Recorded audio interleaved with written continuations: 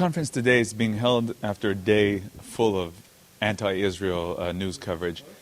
But in a case where there are things to say about the Israeli operation, where there are things that are anti-Israel, anti-Israeli policy, where do you come in and say, wait a second, this is actually anti-Semitism? How does that work? Well, we've already seen across the globe demonstrations with placards which are anti-Semitic in nature, similar to what we saw after the Gaza war. So those themes are out there. You see it, and now we're also seeing on the internet. It's coming out.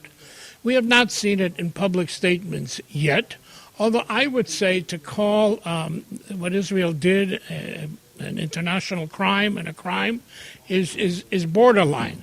You know, for Turkey to call, or for even Egypt or Jordan to go quickly to this extreme, for the United Nations, the Security Council to go to condemn, borders on anti-Semitism because it's a rush to judgment.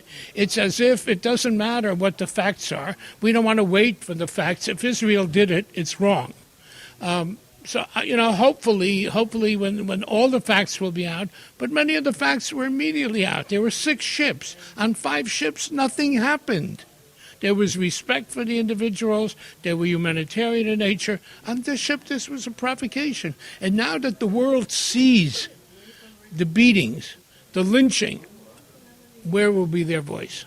Exactly. When the facts come out, will that make a difference? If we're talking about anti-Semitism, which comes from a much deeper part of some sort of hatred, will the facts even change anything? No, facts will not change anti-Semites. Anti-Semites don't need facts. But there are judgments that fuel and legitimize anti-Semitism.